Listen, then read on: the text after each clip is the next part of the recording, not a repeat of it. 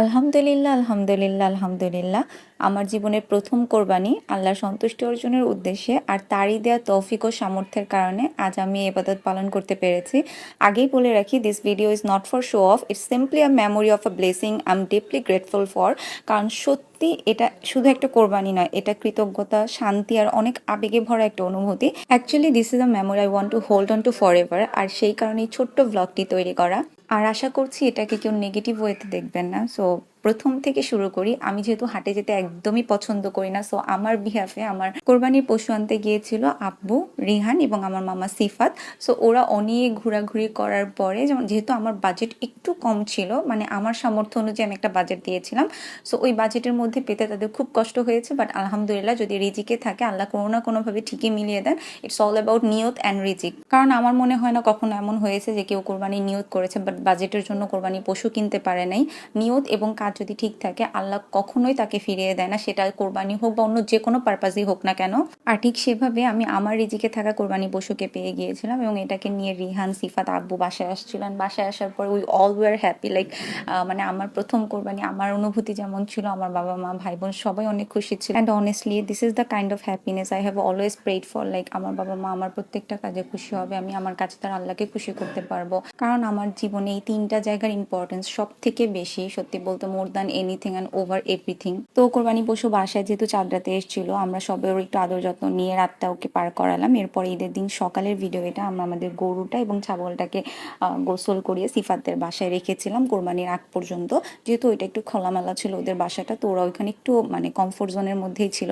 And এখানে আমার cousin যারা ছিল, আমার ভাই বোন, সিফাত, ওর বাবু, সবাই মানে ব্যাপারটাকে এনজয় করছিল। যেহেতু ঈদের দিন, কোরবানি ঈদ মানে হচ্ছে ছেলে মানুষ, বাচ্চা কাচ্চা সবার আনন্দের লেভেলটাই অন্যরকম থাকে, আর এই জিনিসটা সবার ফেসের মধ্যে আসলে ফুটে ওঠে। আর একটা ব্যাপার না বললেই নয়, আমার এই পশুটাকে সব থেকে বেশি আদর যত্ন করেছে রিহান। মানে ওর এত পরিমাণে মায়া ছিল, কোরবানির আগ পর্যন্ত ও নিজের বেবির মতোই ছাগলটাকে প্যাম্পার করেছে।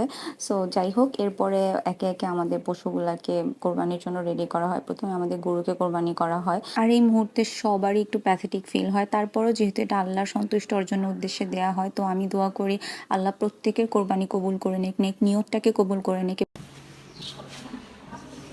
একটু পরে তোমাকেও দিয়ে দিবে কোরবানি। তুমি বুঝছো, তুমি যে নেক্সট ওয়ান। হ্যাঁ, good bye, good bye, good bye, good bye. দেখছো, ও বুঝে যে ও হচ্ছে নেক্সট ওয়ান।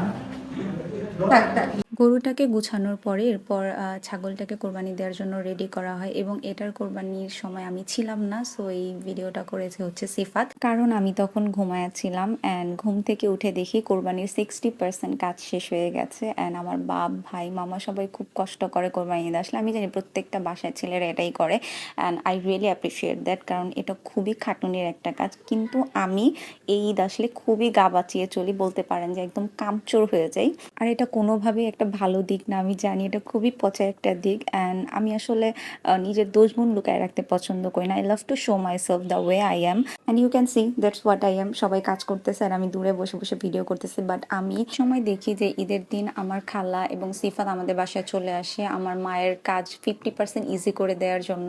যেহেতু আমার খালার ঈদের পরের দিন কোরবানি দেয়, সো ঈদের দিন খালা এখানেই থাকেন। তা সে খুব সুন্দর করে মাংস বন্টন করে সিফাতকে নিয়ে, যার জন্য আম্মা প্রত্যেক বছর ওয়াজ লাইক আচ্ছা ঠিক আছে ওদের আসতে হবে, ওরা না আসলে অনেক ভেজাল হয়ে যাবে। অ্যান্ড আমি ঈদের দুজনের প্রতি অনেক বেশি থ্যাঙ্কফুল। তো এই ছিল আমার ঈদের ভ্লগ। আপনারা সবাই আমার জন্য দোয়া করবেন যাতে আল্লাহ তার সন্তুষ্ট অর্জনের জন্য সবসময় আমাকে কবুল করে নেন। Thanks for watching this video. Allah হাফেজ।